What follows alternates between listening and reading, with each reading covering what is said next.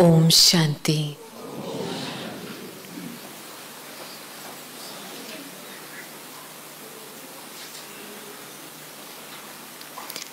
संगम युग का समय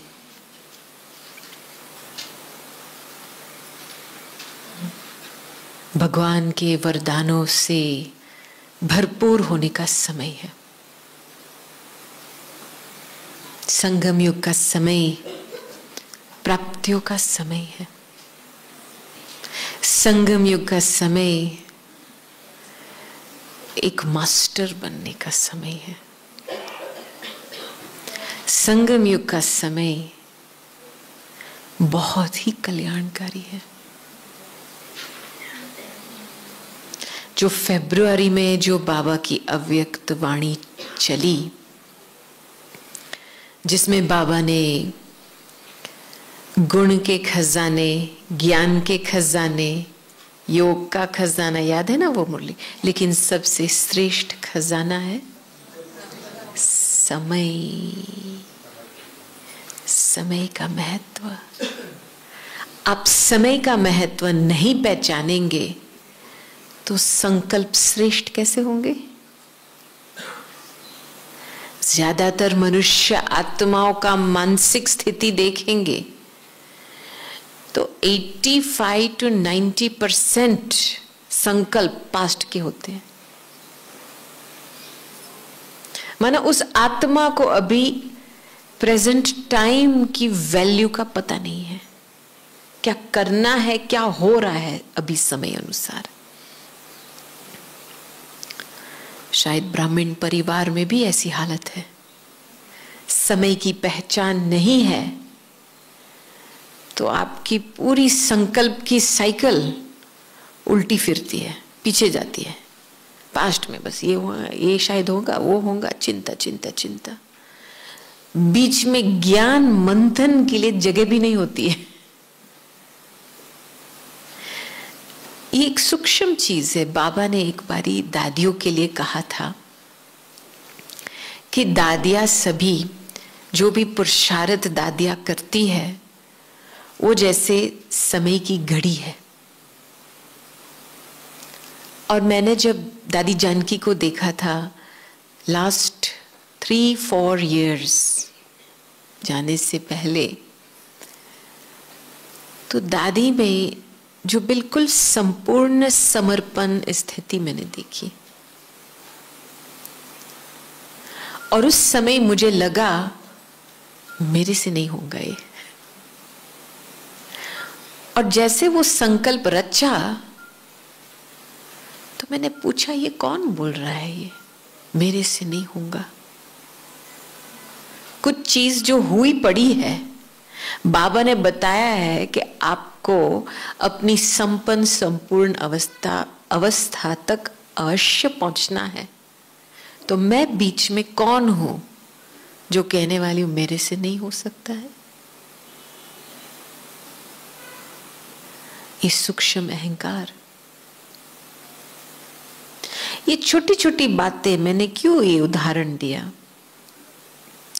क्योंकि वर्तमान समय अनुसार मैं और मेरापन के जो संकल्प हम रचते हैं वही हमको इस धरती पे बांध करके रखा हुआ है। मैं 10 मिनट के लिए थोड़ा मंथन कर रही थी आज सवेरे, और मैंने अपने आप को पूछा कि वर्तमान समय में मुझे कौन से प्रश्न अपने आप को पूछना चाहिए। तो मन में 2 प्रश्न उत्पन्न हुए। सभी के पास पेन पेपर है? पहला प्रश्न, कौन सा संस्कार या कौन सी ऐसी बात है स्वभाव में जो अभी भी मेरे रास्ते में रुकावट डालती है आगे बढ़ने के लिए? कौन सा ऐसा संस्कार या ऐसी कोई स्वभाव में बात अभी भी रही हुई है जो आगे बढ़ने में रुकावट डालती है? अब 1 मिनट के लिए इसके ऊपर साक्षी होकर के सोचो।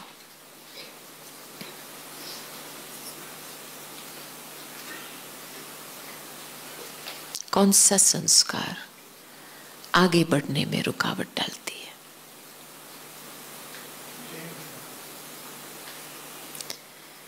देह अभिमान की बहुत वैरायटी होती है, हर एक का अलग अलग संस्कार होगा। हाँ,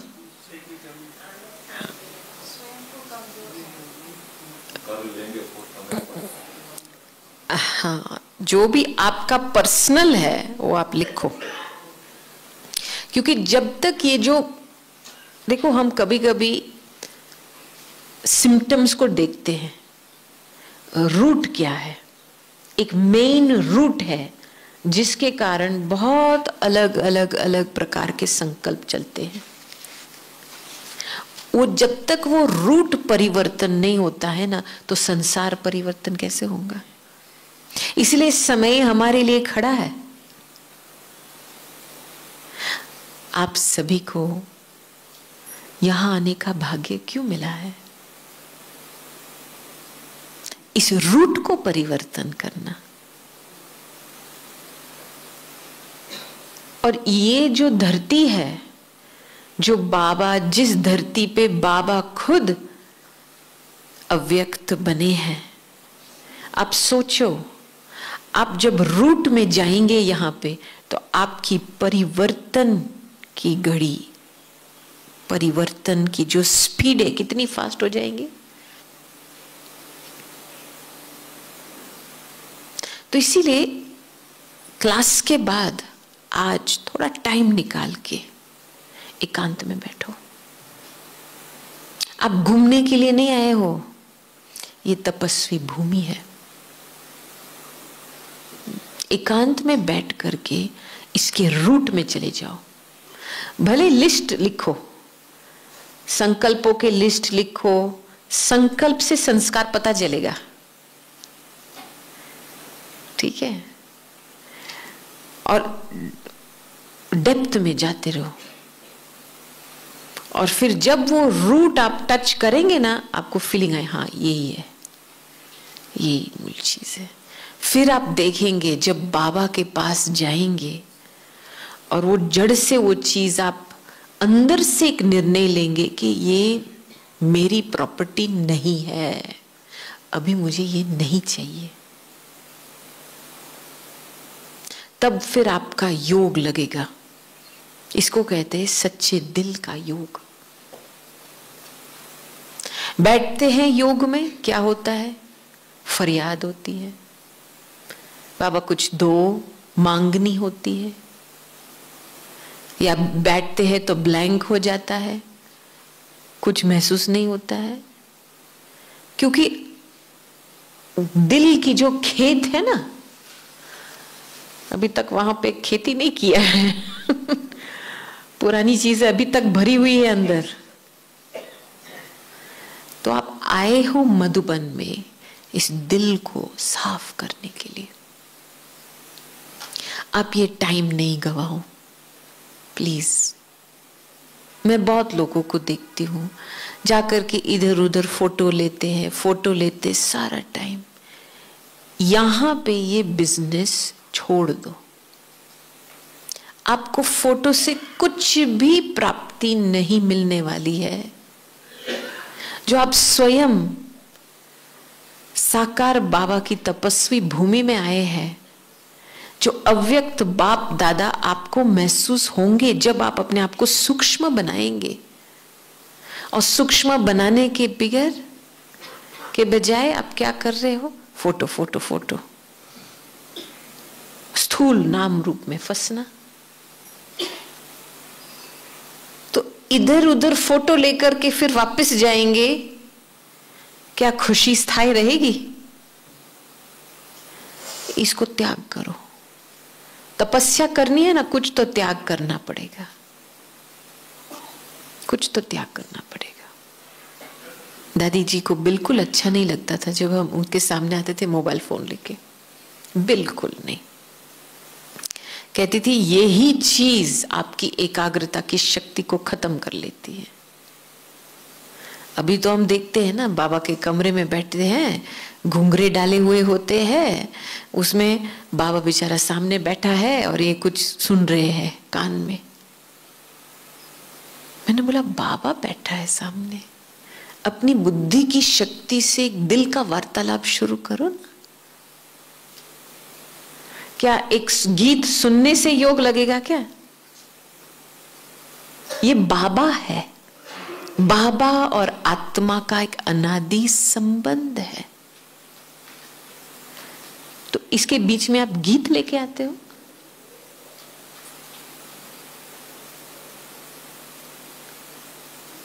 इसीलिए एकांत में बैठने का बहुत फायदा है। बाबा बाप है, बाबा माँ है, बाबा सखा है, बाबा बिंदु है, बाबा सब ब्रदर है, सिस्टर है, आपको जो संबंध चाहिए बाबा दे रहा है। लेकिन लेने वाले की बुद्धि एंगेज है, क्योंकि हम अपने आप को धोखा खा रहे हैं। अच्छा, एक गीत सुनूंगी तो योग लगेगा। आप अपने लौकिक बाप के साथ ऐसे बात करेंगे? वो तो डायरेक्ट फोन उठा करके बात करेंगे ना, थोड़ी बोलेंगे अच्छा मैं एक थोड़ा गीत सुन लेती हूँ, फिर याद आ जाएगी। और ये तो सबसे अनादि संबंध तो ये है, तो उसके बीच में आप इंटरफेरेंस क्यों लेके आते हो? अपने में विश्वास रखो, ये एक अनादि संबंध है, इतनी मजबूती है इस संबंध में, असंभव को संभव बना सकती है। इस संबंध होने के कारण बाबा हम जो अपवित्र थे हमको पावन बना देते हैं इस संबंध होने के कारण। तब सोचो कितनी मजबूती है इस संबंध में, कितना विश्वास रखना चाहिए। हुआ पड़ा है, ऑलरेडी है। तो बीच में जो छोटी मोटी हद की बातें आपने डाल दी, अभी इसको त्याग करो, निकाल दो सारी चीजें, और साइलेंस में साक्षी दृष्टा होकर के आत्मिक स्मृति में बैठ करके बाबा को साथी बना दो। और ये पहला प्रश्न पूछो अपने आप को, कौन सा संस्कार आगे बढ़ने में रुकावट डालती है? दूसरा प्रश्न कि वर्तमान समय जो कर्मों की मशीनरी है वो बहुत ही तेज स्पीड से चल रही है, बहुत फास्ट स्पीड से चल रही है, क्योंकि यही है लास्ट जन्म। इसके बाद तो आगे कुछ होगा नहीं, माना आगे का आपका जो खाता है यहां ही चुकतू करना है, कैसे भी करके ड्रामा चुकतू कराएगा, क्योंकि इसका हिसाब अगले जन्म में नहीं जाना है। तो इसीलिए बीच बीच में अकाले मृत्यु के तूफान आते हैं। विश्व में देखते हो ना, ऐसे तूफान आएंगे, क्योंकि हमारे कर्म के हिसाब किताब चुकतू कैसे होते हैं। दो घड़ी में चुकतू होते, एक है जन्म की घड़ी, गर्भ जेल में कर्म के हिसाब किताब चुकतू होते हैं, दूसरा है मरने के समय में। तो इसीलिए लौकिक के हिसाब से देखा जाए अकाले मृत्यु के कितने तूफान चल रहे हैं, क्योंकि ये अभी घड़ी टाइम कहता है, time is up for everybody, सभी के लिए टाइम इज अप। माना ये हिसाब यहां ही चुकतू करना है, चाहे आप योग बल से चुकतू करो, चाहे आप मौत खाओ और दूसरा जन्म लो, ऐसे चुकतू करो, लेकिन चुकतू करना है। कई लोगों ने तो कोविड के समय में चुकतू किया, ठीक है, लेकिन जब तक वो संस्कार परिवर्तन नहीं हुआ तो दूसरा जन्म भी लेना पड़ता है, दूसरे जन्म में भी गर्भ जेल में चुकतू करना पड़ता है। तो वर्तमान समय अनुसार मुझे अपने आप को पूछना है, तीव्र पुरुषार्थ द्वारा मैंने कहां तक मेरे कर्म के हिसाब किताब चुकतू किए हैं। तीव्र पुरुषार्थ द्वारा कहां तक कर्म के हिसाब किताब चुकतू की है।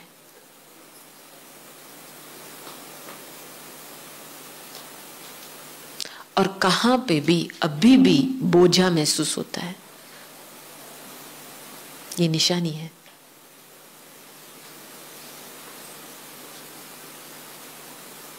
समझ में आई बात? तीव्र पुरुषार्थ से कहां तक हिसाब किताब चुकतू किया है और कहां पे भी अभी भी बोझा है, बोझा महसूस करते हो। क्योंकि ये समय है उड़ने का समय। जल्दी जल्दी उड़ना, सब बातों से पार जाने का। क्योंकि माया बहुत ही, जैसे आज भोग का मैसेज सभी ने सुना ना, बहुत रॉयल रूप से आएंगी साइड में। समाप्ति का समय है, माना बहुत ज्यादा विस्तार में नहीं जाना है कई बातों का। संकल्प का विस्तार नहीं, बोल का विस्तार नहीं। अभी टाइम टू पैक अप, घर जाना है। आप और संकल्पों का विस्तार अभी करेंगे तो अंतिम समय में आपको ही भोगना पड़ेगा। हिसाब तो आपको ही चुकतू करना पड़ेगा, भोगना तो आपको ही है। तो क्यों फालतू संकल्प खर्च कर रहे हो? समझ में आई बात? इसलिए बहुत स्ट्रिक्ट रहना है अपने ऊपर कि जरूरी है मुझे यहां पे विचार करना है, संकल्प दौड़ाना है इस तरह। जरूरी नहीं है, कट करो, कट आउट, स्टॉप।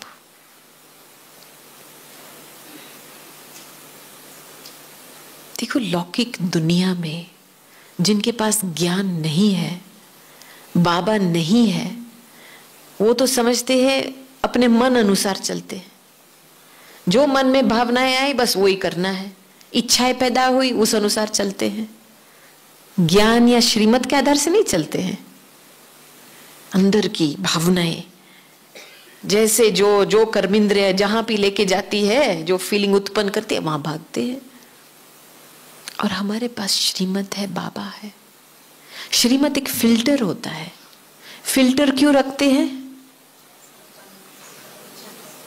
सफाई के लिए ना। एग्जैक्टली जो किचड़ा है उसको निकालने के लिए। तो जब भी हम श्रीमत का एक फिल्टर डालते हैं बुद्धि में, तो मन में जो किचड़ा निकलता है उसकी सफाई होती है। इसलिए हर एक बात जो मन में आती है पहले श्रीमत के साथ, श्रीमत के फिल्टर थ्रू इसको डालना है। समझ में आई बात? वो उस दिन दीदी बोल रही थी भोग के समय में, बाबा की वाणी चली थी 2 दिन पहले। बाबा ने बताया कि हर घड़ी में आप श्रीमत लो। ऐसे नहीं कि वो विक्रम करो फिर बाद में श्रीमत लो। बताया था ना शशि दीदी ने कि बस इन्होंने शादी कर लिया बिना पूछ के। शादी करने के बाद दोनों के बीच में बनता नहीं है, फिर बाबा के लिए मैसेज पूछ रहे हैं। अरे कमाल की बात है। तो हम अपने मन अनुसार चलते हैं, राय नहीं लेते हैं। गलती होती है उसके बाद हमको मदद चाहिए, टू लेट। विदेश में एक लॉ है, उसका नाम है मर्फीज लॉ।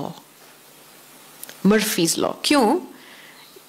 ये लॉ सिंपल है कि जो चीज बिगड़ी है, अब जिस रास्ता का पकड़ा है, उल्टा रास्ता पकड़ा है तो उल्टा ही होगा उसका नतीजा। आपको उस रास्ते में ही चलना पड़ेगा, भोगना पड़ेगा। No choice. What has gone wrong must go wrong, will go wrong, has to go wrong. क्योंकि आपने उल्टा पगला डाला। एक बारी उल्टा पगला डाला ना, आपको वही रास्ता पकड़ना पड़ेगा। तो सोचने से पहले बोलने से पहले और कर्म करने से पहले श्रीमत का फिल्टर लगाओ।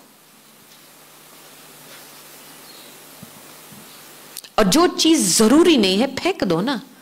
उस समय उस सोच को क्यों एंटरटेन करते हो? जरूरी नहीं है। जब दादी जी लंदन आए थे जून 74 में, बाप दादा ने दादी को एक ही डायरेक्शन दिया था, मिनी मधुबन बना दो। और वो समय में इंडिया में तो सेवाओं की वृद्धि हो रही थी, 300-400 क्लास में बैठे थे, और लंदन में आओ 3 या 4 स्टूडेंट। तो कोई आम आदमी होता तो सोचता, अरे मुझे यहां क्यों भेजा है, कुछ है तो नहीं यहां पे। अभी दादी ने यह भी संकल्प एंटरटेन नहीं किया। इस संकल्प को श्रीमत के फिल्टर थ्रू रखेंगे, आवश्यकता है नहीं। बाबा ने डायरेक्शन दिया, अपने आप को आत्मा समझो, बाबा को याद करो, बाबा करण करावन है, चलते चलो। अभी ये ज्यादातर सोचने की क्या आवश्यकता है? अरे या तो 3-4 स्टूडेंट है, मैं क्या करूंगी, कैसे सेवा बढ़ेंगी, और क्या आपको किसने परमिशन दिया है ऐसे सोचने के लिए? समझ में आई बात? ऊपर वाला बैठा है, जहां पे बिठाया है कुछ कारण के लिए बिठाया है। ये फालतू संकल्प बंद करो। श्रीमत क्या कहता है?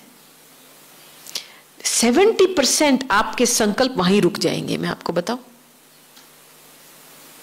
वहीं ही रुक जाएंगे। हाँ? तो इसीलिए अभी वर्तमान समय अनुसार बाबा बहुत मैसेजेस में, जो भोग के मैसेजेस आ रहे हैं, मैं ये शब्द तीव्र पुरुषार्थ बार बार सुन रही हूं। और मुझे याद है एक बारी अव्यक्त बाप दादा के सामने बाबा ने एक बहुत अच्छी डेफिनेशन दी थी तीव्र पुरुषार्थी का।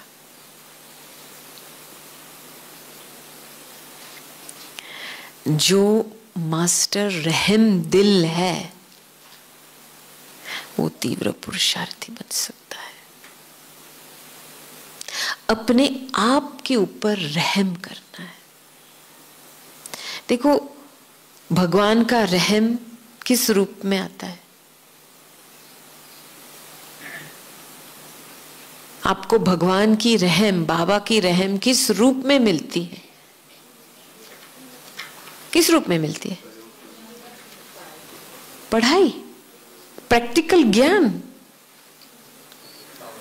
बच्चे आप ये हो, ये नहीं हो, बच्चे ये करना है, ये नहीं करना है। कितना रहम कर रहा है बाबा हमारे पर। बाबा गाली तो नहीं देता है, तुम क्यों परिवर्तन नहीं होता है, मैंने तुमको कितनी राजाई, इतनी अच्छी राजाई दी, कहां गवाई ऐसे तो नहीं बोलता है ना। और कितनी बारी हम प्रॉमिस करते हैं बाबा को, कितनी बारी वो प्रॉमिस टूटता है, फिर भी बाबा नाराज होता है। रहम दिल होकर के क्या करता है? अच्छा बच्चे, उसको भूल जाओ, फुल स्टॉप, आगे बढ़ो, ज्ञान देता है ना। तो वो रहम हमको अपने ऊपर करना है ना। फुल रहम चाहिए, ऐसे नहीं आधा आधा। जो हुआ सो हुआ, मैं जो हूं, जैसी हूं, उसकी हूं। उसने मुझे इस हालत में अपनाया है, तो मैं कौन हूं जो मैं खुद अपने आप को एक्सेप्ट नहीं कर सकती हूं? अपने अंदर अभी भी मैं नुक्स निकालती रहती हूं, या गिल्टी महसूस करती रहती हूं, या नालायक समझती हूं। ये बुद्धि की लेजीनेस है। You understand? कमजोर संकल्प में जाना माना बुद्धि की आलस्य है, अलबेलापन है। इसीलिए कमजोर संकल्प को आने दो। क्या करे, अरे बहन जी क्या करे, अरे थोड़ा धक्का लगाओ ना गाड़ी को, अरे आप लोगों के पास खजाना है, ज्ञान है, आप खुद की गाड़ी को नहीं चला सकेंगे तो विश्व की आत्माओं की क्या हालत होंगी?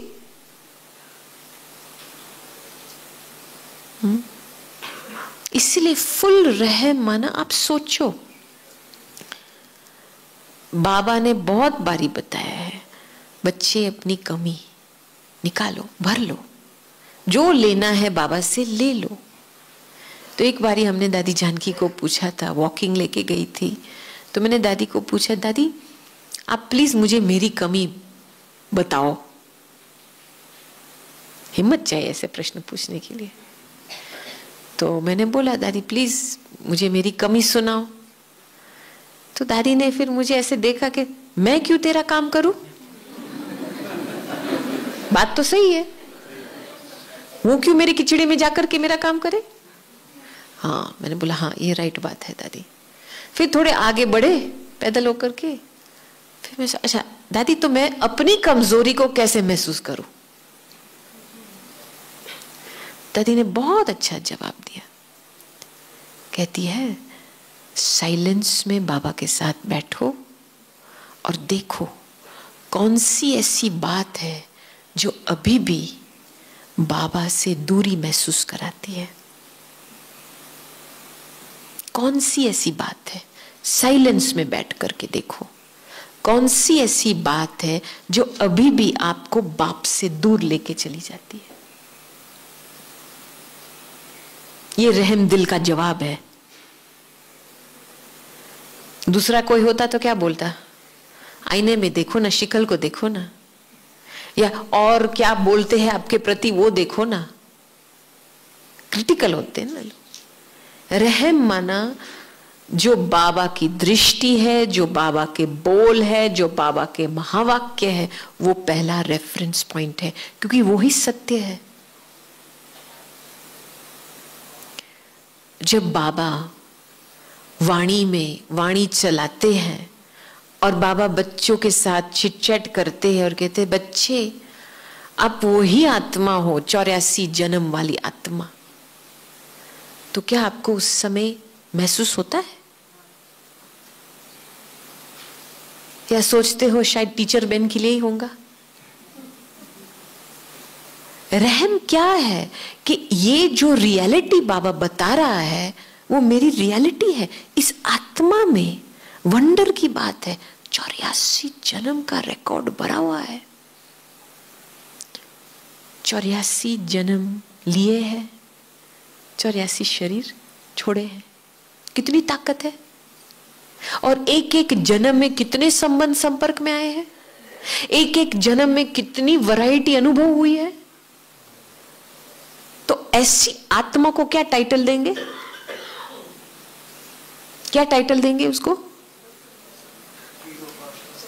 हाँ, हीरो पाठधारी। और क्या टाइटल देंगे? हाँ, अनुभवी मूर्त और बेहद और पूर्वज आत्मा और मास्टर सर्वशक्तिवान। क्या नहीं किया है? तो ये सारे टाइटल्स जो बाबा दे रहा है आत्मा की चक्र को देख करके दे रहा है, और हम बस इस नाम रूप में फंस के सुनते हैं, सारा बाईपास हो जाता है। समझ में आई बात? ये रियलिटी है। इस रियलिटी में आप रहेंगे, क्या बड़ी बात है, क्या बड़ी बात है।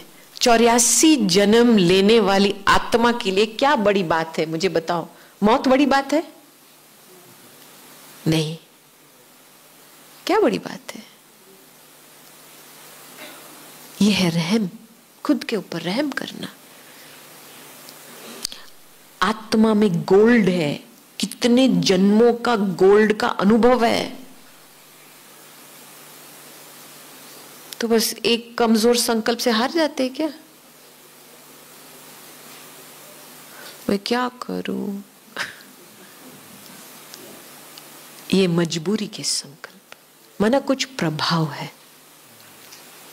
ये भी एक कर्म का हिसाब किताब चुकतो होने का। लेकिन जितना हम ज्ञान को अपनाएंगे दिल से, एक एक महावाक्य बाबा का एक रियलिटी है। मैंने उस रियलिटी को महसूस किया है, ये मेरे लिए है, ना कि मेरी बड़ी बहन के लिए, ना कि दादियों के लिए। जब आप एक्सेप्ट करेंगे ना उस बात को, ऑटोमेटिकली उस एक्सेप्टेंस में पावर आती है। आपने वो जो क्या कहते हैं कुबेर का खजाना, उसका दरवाजा खोला और आप पे ही जो 84 जन्म के खजाने हैं आपको ऑटोमेटिक चलाएंगे बिना सोच के, क्योंकि सब संस्कार है आप में, सब कुछ कर सकते हैं आप। बस इतना ध्यान रखना है कि आप कोई हद के संकल्प में फंसो नहीं। हद का संकल्प क्या होता है? पिछले 2 ग्रुप पहले कोई पता नहीं, कोई लखनऊ में कोई एक भाई था, डेंटिस्ट भाई था, अकेले रहते हैं, रिटायर भी है, अच्छा पेंशन भी मिलता है, और कहता है और मुझे आलस्य होते हैं, मैं अपना खाना नहीं बनाना चाहता हूं। मैंने बोला आपको पता है ना बाहर का खाना खाने का नतीजा क्या है? आपकी मानसिक स्थिति ऊपर नीचे होंगी, मानसिक स्थिति ऊपर नीचे होंगी, बाहर का प्रभाव आएगा, योग कैसे लगेगा? योग नहीं लगेगा तो पाप कैसे, विकर्म कैसे विनाश होंगे? तो आपको और ही भोगना पड़ेगा, बीमार होकर के भोगना पड़ेगा। मैं क्या करूं बहन जी, मैं बूढ़ा हो गया ना। अच्छा ऐसे संकल्प पकड़ के बैठे हो क्या?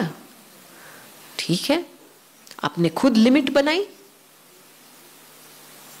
ब्रह्मा बाबा ने किस उम्र में शिव बाबा की प्रवेशता हुई और उसके बाद कितनी बेहद की सेवा हुई?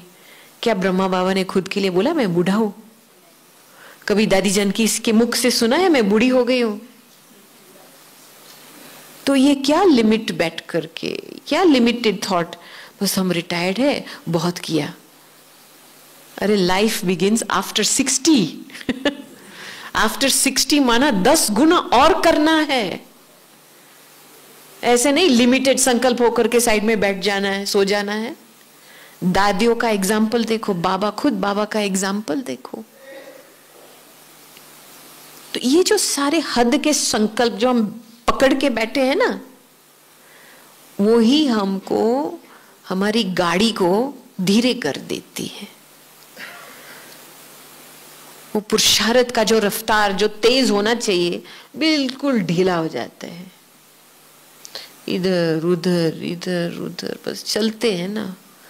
और खुशी भी ऐसी, कभी खुश कभी गम, कभी खुश कभी गम। संगम युग का समय ये है कि आप जो बनना चाहते हो आप बन सकते हो। सवेरे मुरली के समय जब बाबा की वाणी को सुनते हो तो क्या फीलिंग जागृत होती है खुद के प्रति? क्योंकि बाबा इतनी ऊंची दृष्टि से देख करके महावाक्य चलाते हैं। बाबा तो बाप के रूप में बोलता है, टीचर के रूप में बोलता है, गुरु के रूप में, कभी कभी मां के रूप में, कभी फ्रेंड के रूप में, अलग अलग संबंधों से, लेकिन ऊंची दृष्टि रखी है बच्चों के लिए, इसलिए करेक्शन दे सकता है ना, प्यार है ना। तो बाबा की वाणी एक आईना होता है। बिना मुरली से आप अपना स्वमान को पक्का नहीं बना सकेंगे, बिल्कुल नहीं।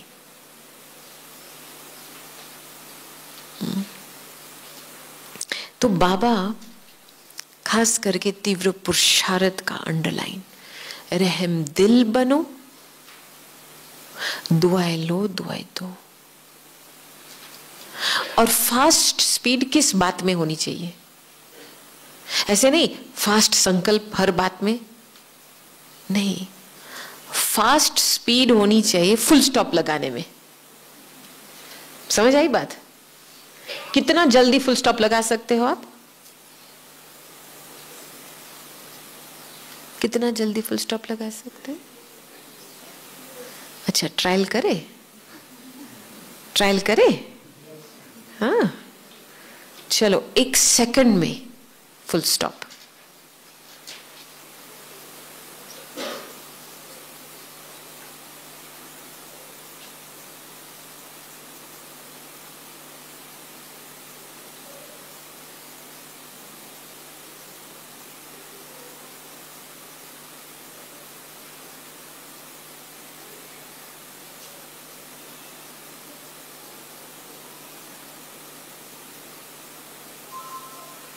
हुआ?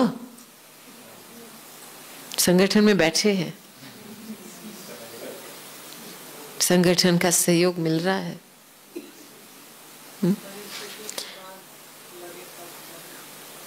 प्रैक्टिस अभी करेंगे तब परिस्थिति के समय मसल मजबूत होगा।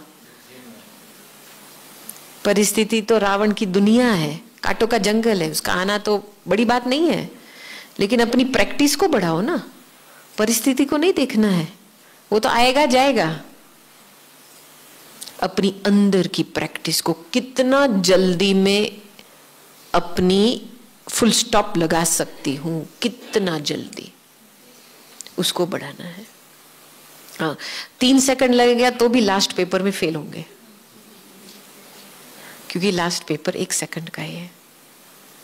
ये मुझे बहुत वंडर की बात लगती है कि हमारी सारी जिंदगी की जो पढ़ाई होती है, हमारा पेपर 1 सेकंड का होता है। वंडर की ये बात है ना। ऐसे थोड़ी लास्ट में सोचने का समय मिलेगा। अच्छा 1 मिनट बाबा मैं थोड़ा सोचती हूं, आपने क्या बताया था, इसमें क्या करना है। वो तो इतनी बाबा की वाणी धारणा में आनी चाहिए कि उस वाणी से आपने अपनी स्थिति जमाई और आप अपनी स्थिति की शक्ति से फुल स्टॉप लगाते हो। समझ में आई? क्योंकि उस वाणी को जब हम अपनाते हैं ना, इतनी शुभ भावना पैदा होती है, इतनी रहम, दुआएं, शांति, प्यार, प्रेम, वो हमारी स्थिति को पक्का करती है, जमा करती है। और उस स्थिति की शक्ति से फुल स्टॉप, आगे बढ़ो। ये है तीव्र पुरुषार्थ। फिर अपनी प्यूरिटी की रक्षा कर सकते हैं। बिना फुल स्टॉप से आप अपनी प्यूरिटी की शक्ति को गंवा देते हो छोटी छोटी बातों में। जैसे अपनी वैल्यूएबल प्रॉपर्टी किसी और के डस्टबिन में फेंक देते हो। आपने किसी और का संकल्प किया, मानो इसने ये किया, वो किया, मुझे मेरे साथ ऐसा व्यवहार क्यों किया, मेरे साथ ऐसे क्यों बोला, यही संकल्प करना माना आपने अपनी प्यूरिटी इसके डस्टबिन में फेंक दिया। क्यों? वो अपना पार्ट बजा रहा है, आपका क्या जाता है? उसने जो बोला है उसको भोगना है, उसने जो किया है उसको भोगना है। तो आपने क्यों इसका किचड़ा एक लिया, दूसरा अपने आप को गंदा बना करके अपनी प्यूरिटी को फेंक दी?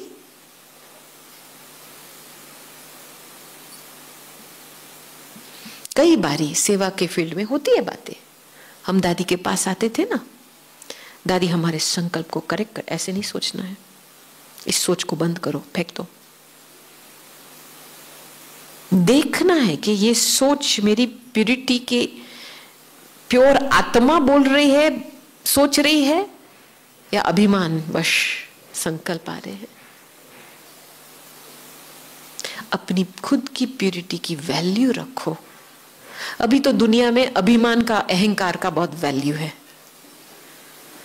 ओपिनियन का वैल्यू, मेरे सोच, मेरे विचार के वैल्यू, मैं जो बोलूं वो होना चाहिए। लेकिन है तो कुछ भी नहीं इसमें। और हमारा इतना गुप्त खजाना है, अनादि खजाना है। Purity is my original property, मेरी ताकत है। Don't mess with your purity.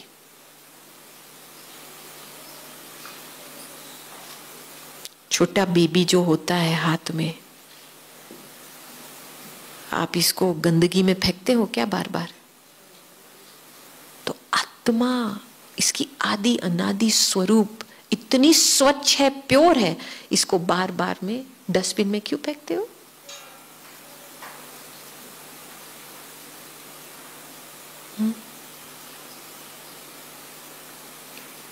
और लास्ट में हमने एक बारी दादी को पूछा था, दादी हमको लगता है कि आप बेहद में रहते हो ज्यादातर, इसकी सीक्रेट क्या है? दादी ने 2 शब्दों में बताया, गुड विशेस। दादी सदा अपने आप को गुड विशेस में रखती है और गुड विशेस देती है अंदर से। अब देखो यही धंधा सारा दिन करेंगे, दुआएं लो दुआएं दो, दुआएं लो दुआएं दो, अंदर आप इतने निर्माणचित रहेंगे, इतने सॉफ्ट रहेंगे, और कुछ आपको टच नहीं करेगा। जो व्यक्ति दुआओं से भरा होता है ना, वो कुछ ले नहीं सकता है, क्लीन रहता है, बेहद में रहता है। मुझे बहुत अच्छा लगा, और मुझे बार बार बीच में बस ये करना है, जो भी होता है दुआएं लो दुआएं दो, दुआएं लो दुआएं दो, दुआएं लो दुआएं दो। और ये संगम युग का समय, यह है रिकॉर्डिंग का समय। जो आप कर रहे हो सारे चक्र के लिए अभी से रिकॉर्ड हो रहा है, तो क्यों बेस्ट ना बेस्ट रिकॉर्डिंग ना करें? अभी तो जूम धाम का समय है ना, सभी रिकॉर्डिंग क्लास रिकॉर्डिंग करके भेजते हैं, फिर थोड़ा क्लास रिकॉर्ड करके देखते हैं अपने आप को पिक्चर में, कैसे बोला, कैसे देखती हूँ, ठीक है, वो चेकिंग तो होती है ना हद में। तो हमारी तो बेहद की रिकॉर्डिंग हो रही है। अभी आप सोचो, सवेरे के समय जब आप उठते हो, अमृत वेले के समय, बाबा तो जगाता है, बाबा अपनी ड्यूटी कर लेता है, लेकिन उस समय कौन सा संकल्प उठता है? हाँ, और 5 मिनट बाबा, और 5 मिनट ले ले ना। हाँ हाँ बाबा गुड मॉर्निंग, ओम शांति। लेकिन ये नहीं देखते हो कि आप इस घड़ी को मिस करेंगे तो अनादिकाल के लिए आपका ये मुलाकात मिस होगा, अनादिकाल के लिए। कल्प कल्पांतर आप वो चांस मिस कर लेंगे। जब ऐसे सोचेंगे ना, फटाफट बिस्तर से बाहर, क्योंकि एक एक चांस लेना है ना बाबा के साथ। मुरली मिस की तो अनादिकाल के लिए मुरली मिस की, कल्प कल्पांतर के लिए वो सत्य वचन मिस हुए, और उसकी वजह से धारणा में कमी होंगी। तो ऐसे सोचेंगे कि हर कदम पे एक कल्प कल्पांतर का रिकॉर्डिंग हो रहा है, तो बहुत सावधानी से कदम रखेंगे।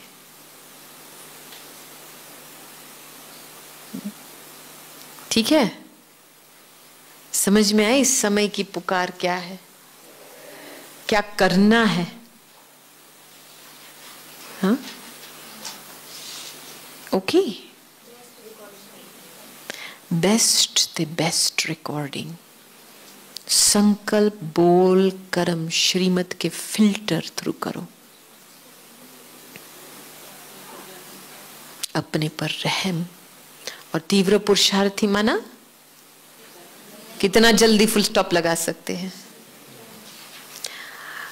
जो अष्ट रतन होते हैं, वो अष्ट रतन इस प्रैक्टिस की मास्टरी से अष्ट रतन बनते हैं। चारों सब्जेक्ट में pass marks, full pass marks. Okay, Om Shanti. चलो 2 मिनट।